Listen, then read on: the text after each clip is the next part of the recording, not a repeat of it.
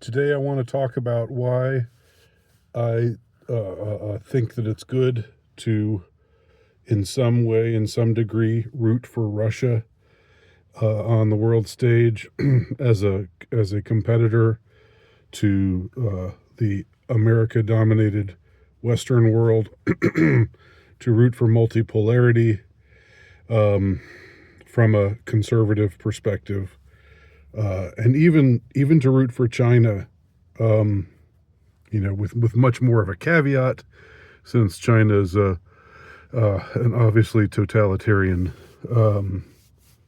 culture, with a history of behaving in a totalitarian manner that is quite at odds, quite alien to anything, that a traditional Western person would.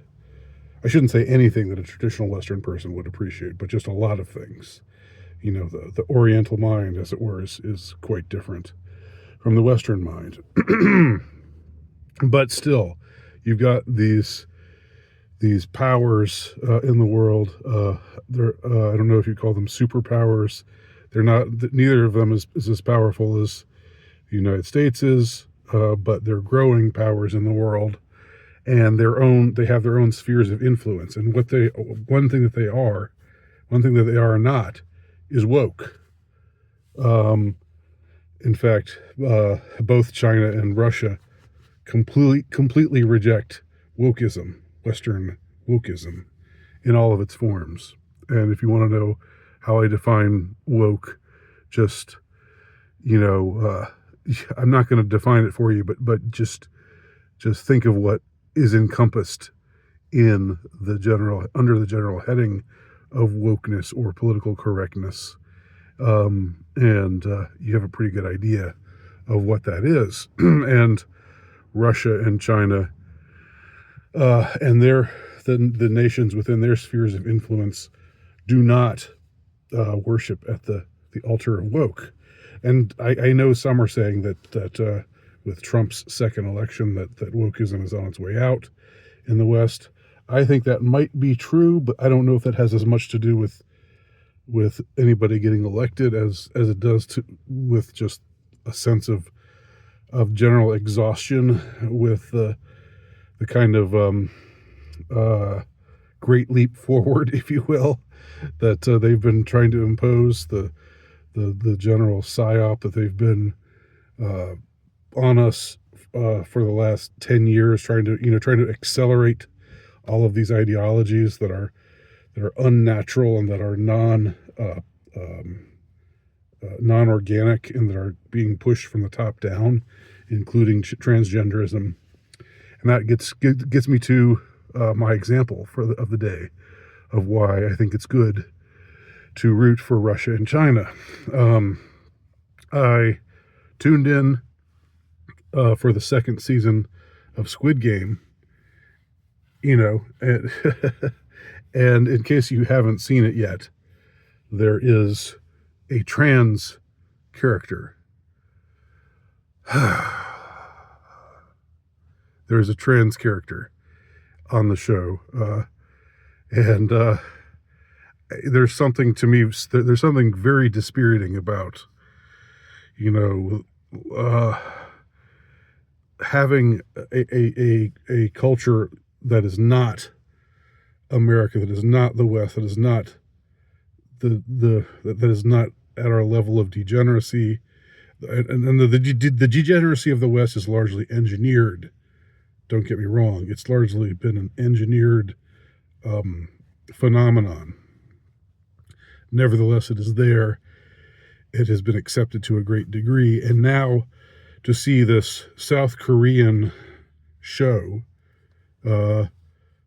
embrace one of this worship at the altar of transgenderism.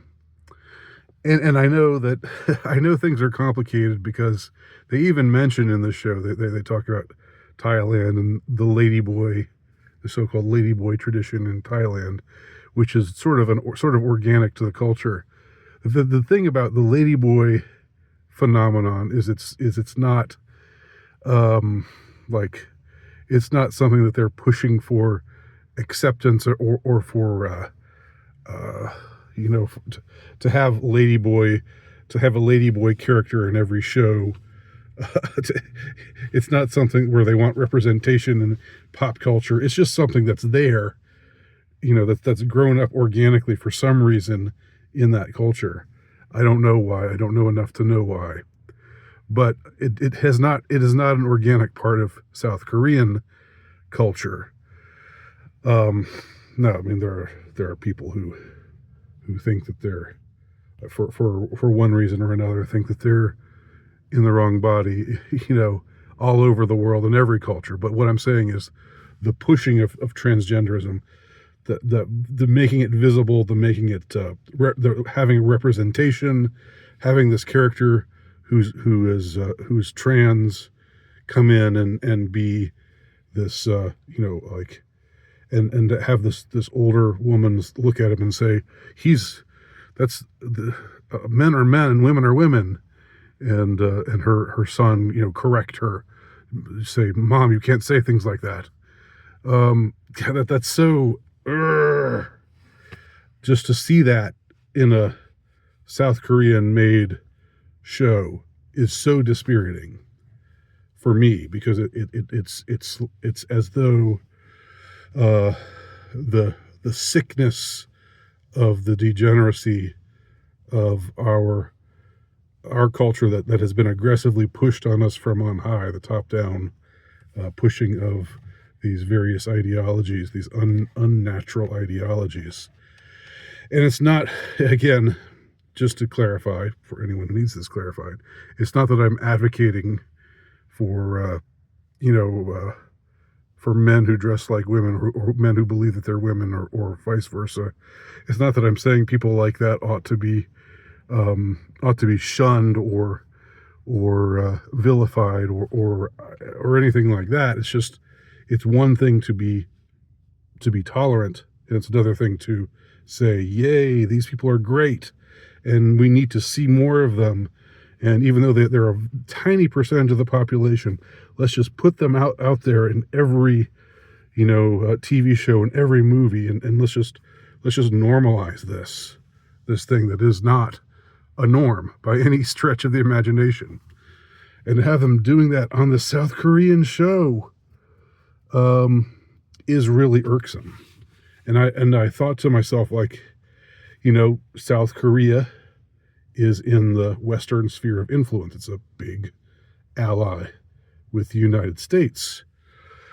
If South Korea were allied with Russia,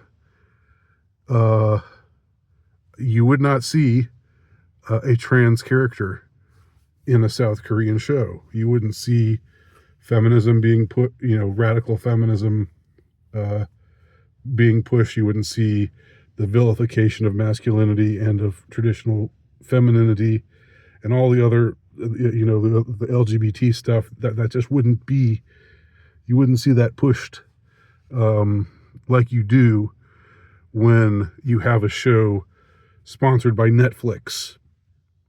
Right, Netflix, which is very much a Western brand, a Western company, very much in league with high-ranking members of the power structure in the Western world, the Obamas and others. That doesn't mean that everything that appears on Netflix is just propaganda, but it does get in there. And the first season of Squid Game didn't have anything like that.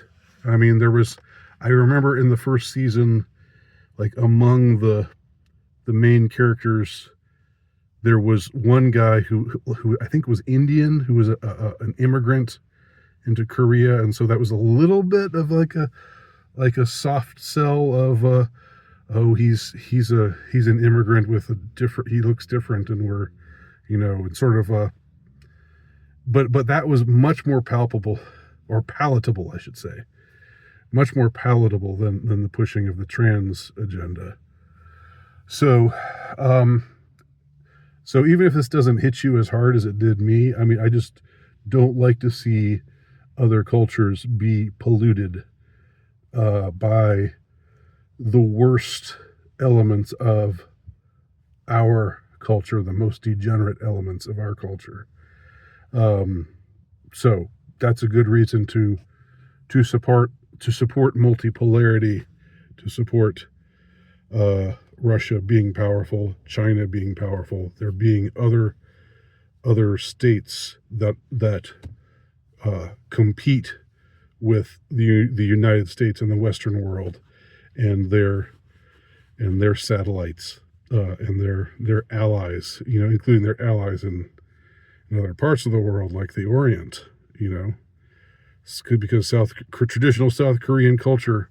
I mean, for better or for worse, it's not about that, right? That's a Western importation.